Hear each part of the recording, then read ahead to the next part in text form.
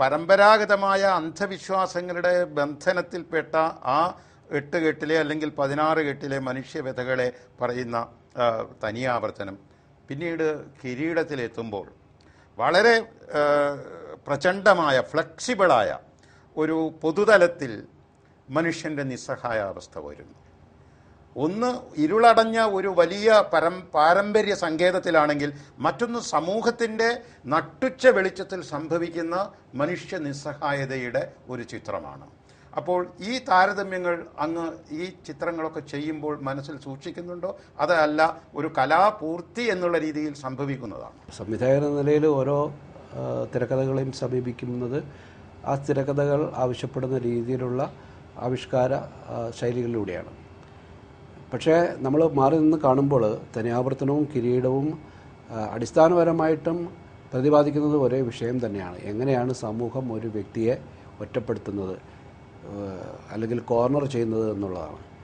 തനിയാവർത്തനത്തിൽ സംഭവിക്കുന്നത് ഭ്രാന്തില്ലാത്ത ഒരാളെ സമൂഹം ഒരു ഭ്രാന്തനാക്കി അവരോധിച്ച് ഒരു ഭ്രാന്തൻ്റെ മുദ്ര ചാർത്തി അടയ്ക്കപ്പെടുന്നതാണ്, അല്ലെങ്കിൽ ചങ്ങലയിൽ ബന്ധിക്കുന്നതാണ്. കിരീടത്തിൽ സംഭവിക്കുന്നത് ഒരു വ്യക്തിയെ സമൂഹം ഒരു ഗുണ്ടയായിട്ട് മുദ്രയിട്ട് മാറ്റുന്നതാണ്. ഇത്തരത്തിൽ അടിസ്ഥാനപരമായിട്ടും ഈ സിനിമകളുടെ രണ്ട് സിനിമകളുടെയും ആന്തരികമായിട്ടുള്ള ഒരു കാഴ്ചപ്പാടിൽ നമ്മൾ നോക്കുമ്പോൾ ഇത് രണ്ടും ഒന്ന് തന്നെയാണ്. സമൂഹം ആണ് അവിടെ വില്ലനായി വർത്തിക്കുന്നത്, വ്യക്തികളല്ല. ലോഹിതദാസിൻ്റെ രചനകളിലേക്ക് പ്രത്യേകതകൾ അതിൽ ഒരു മാനുഷിക രൂപത്തിലുള്ള ഒരു വില്ലൻ അവിടെ കഥാപാത്രമായിട്ട് അവിടെ പ്രത്യക്ഷപ്പെടുന്നില്ല. പലപ്പോഴും സമൂഹവും സാഹചര്യങ്ങളും ഒക്കെ തന്നെയാണ് ഒരു വില്ലൻ്റെ വേഷത്തിൽ കഥയിലേക്ക് കടന്നു വരുന്നത്.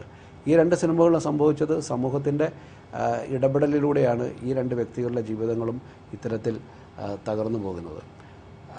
ആ രീതിയിൽ അതിന് സമാനത ഉണ്ടെങ്കിൽ പോലും താങ്കൾ സൂചിപ്പിച്ചതുപോലെ വളരെ പരിചിതമായ, കുറച്ചുകൂടെ പ്രേക്ഷകർക്ക് പരിചിതമായ ജീവിത സാഹചര്യങ്ങളുള്ള കഥാപാത്രങ്ങളാണ് സേതുമാധവനും അച്യുതൻ നായരും ഒക്കെ തന്നെ. നമുക്ക് വളരെ പരിചിതമായ ഒരു സാധാരണ പോലീസ് കോൺസ്റ്റബിളും അദ്ദേഹത്തിൻ്റെ ഏതൊരു പോലീസുകാരനും അല്ലെങ്കിൽ ഏതൊരു അച്ഛനും തൻ്റെ പ്രൊഫഷനിലേക്ക് അല്ലെങ്കിൽ തൻ്റേതിനേക്കാളും മികച്ച ഒരു പ്രൊഫഷനിലേക്ക് തൻ്റെ മകൻ എത്തിച്ചേരണം എന്നുള്ള, ഒരു ഡോക്ടറാണെങ്കിൽ എന്നെക്കാളും മികച്ച ഡോക്ടറായിട്ട് മകൻ വളരണമെന്ന് വന്നു ചേരണമെന്ന് ആഗ്രഹിക്കുന്ന അച്ഛന്മാർ ആണ് നമ്മുടെ കേരളീയ സമൂഹത്തിൽ പൊതുവേ ഉള്ളത്. ഇവിടെ ഒരു പോലീസ് കോൺസ്റ്റബിൾ തൻ്റെ മകനൊരു അയാളുടെ മുമ്പിൽ എനിക്ക് സല്യൂട്ട് ചെയ്തിട്ട് എനിക്ക് റിട്ടയർ ചെയ്യണമെന്ന് ആഗ്രഹിക്കുന്ന ഒരു പോലീസ് കോൺസ്റ്റബിളാണ് അച്യുതൻ നായർ എന്ന് പറയുന്ന തെലുങ്കൻ ചേട്ടൻ്റെ കഥാപാത്രം. അപ്പോൾ വളരെ സാധാരണമായ ഒരു മധ്യവർത്തി കേരള സമൂഹത്തിൽ നമുക്ക് കണ്ടെത്താവുന്ന വ്യക്തികൾ തന്നെയാണ് ഈ കഥയിലെ കഥാപാത്രങ്ങൾ. ഈ മോഹൻലാൽ അവതരിപ്പിച്ച സേതുമാധവൻ എന്ന കഥാപാത്രം ചിത്രത്തിൻ്റെ മധ്യ ഘട്ടം വരെയും നമ്മുടെ അയൽപക്കത്തിലെ ഏതോ ഒരു നമുക്ക് പരിചിതനായ ഒരു ചെറുപ്പക്കാരൻ തന്നെയായിട്ടാണ് നമുക്ക്. പിന്നീട് ജീവിത സാഹചര്യങ്ങളാണ് അയാളെ ഇത്തരത്തിലുള്ള ഒരു ഒളിച്ചോട്ടത്തിനും പിന്നെ ഒരു ചെറുത്തുനിൽപ്പിനും ഇത്തരത്തിലുള്ള അനിവാര്യമായ ദുരന്തത്തിലേക്കും കൊണ്ടെത്തിച്ചത്. മോഹൻലാലിൻ്റെ അതുവരെയുള്ള അഭിനയ ശൈലിയിൽ കിരീടത്തിലെ അഭിനയം അങ്ങയുടെ സംവിധാനത്തിൻ്റെ പ്രത്യേകതകൾ എത്രയെങ്കിലും സ്വാധീനം ചെലുത്തിയിട്ടുണ്ടോ? അത് പിൽക്കാലത്ത് അതിൻ്റെ സ്ഫുരണങ്ങൾ അങ്ങയുടെ ചിത്രങ്ങളിൽ തന്നെ അദ്ദേഹത്തിൽ നിന്ന് ലഭിച്ചിട്ടുണ്ടോ? മോഹൻലാലിൻ്റെ ആദ്യ സിനിമ തൊട്ട് അദ്ദേഹത്തിന് അറിയാവുന്ന ഒരാളെന്ന നിലയിൽ, അദ്ദേഹത്തിൻ്റെ അഭിനയ രീതികൾ അടുത്തു നിന്ന് കണ്ട് പരിചയിച്ച ഒരാളെന്ന നിലയിലും, അദ്ദേഹത്തെക്കുറിച്ച് വ്യക്തിപരമായിട്ടും അഭിനേതാവെന്ന നിലയിലും വളരെ അടുത്ത് പരിചയപ്പെടാനും അല്ലെങ്കിൽ അദ്ദേഹത്തിൻ്റെ അഭിനയ രീതികളെ വളരെ ചേർന്ന് നിന്നുകൊണ്ട് വീക്ഷിക്കാനൊക്കെ സാധിച്ച ഒരാളെന്ന നിലയിൽ അദ്ദേഹത്തിൻ്റെ അഭിനേതാവെന്ന നിലയിലുള്ള അദ്ദേഹത്തിൻ്റെ കഴിവുകളെ കുറിച്ച് എനിക്ക് വ്യക്തമായ ധാരണ ഉണ്ടായിരുന്നു, ഇപ്പോഴുമുണ്ട്. ഇനിയും ഒരുപക്ഷെ അദ്ദേഹം എൻ്റെ സിനിമകളിൽ, കിരീടം കൂടാതെ അദ്ദേഹം പിന്നീട് സതയം എന്ന സിനിമയിലാണെങ്കിലും ദശരഥം എന്ന ചിത്രത്തിലാണെങ്കിലും ഭരതത്തിൽ അദ്ദേഹത്തിന് ദേശീയ അവാർഡ് നേടിക്കൊടുത്ത ഭരതം എന്ന ചിത്രത്തിൽ, അങ്ങനെ അദ്ദേഹം എൻ്റെ സിനിമകളിൽ അദ്ദേഹം ചെയ്തിട്ടുള്ള കഥാപാത്രങ്ങളെല്ലാം തന്നെ ഒരുപക്ഷെ അദ്ദേഹത്തിൻ്റെ ഏറ്റവും മികച്ച അഭിനയ മുഹൂർത്തങ്ങൾ അദ്ദേഹത്തിന് നൽകാൻ കഴിഞ്ഞ കഥയും കഥാപാത്രങ്ങളുമായിരുന്നു. ചില റിപ്പോർട്ടുകളിൽ കണ്ടു അങ്ങ് മോഹൻലാലിനെ കേന്ദ്രീകരിച്ച് ഏതോ ഒരു പുതിയ പ്രോജക്റ്റിൻ്റെ ചിന്തയൊക്കെ ഉണ്ടെന്ന്. എത്രത്തോളം?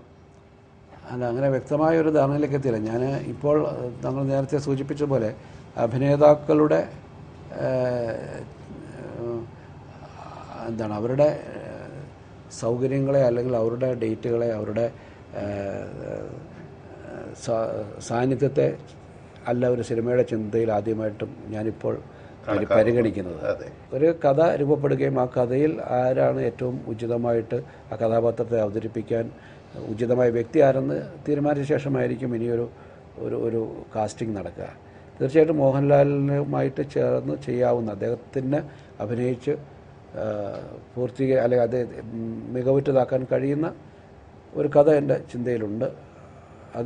അതിൻ്റെ ഒരു പൂർണ്ണതയിലെത്തിയ ശേഷമായിരിക്കും അദ്ദേഹവുമായിട്ട് നമ്മൾ കമ്മ്യൂണിക്കേറ്റ് ചെയ്യുക.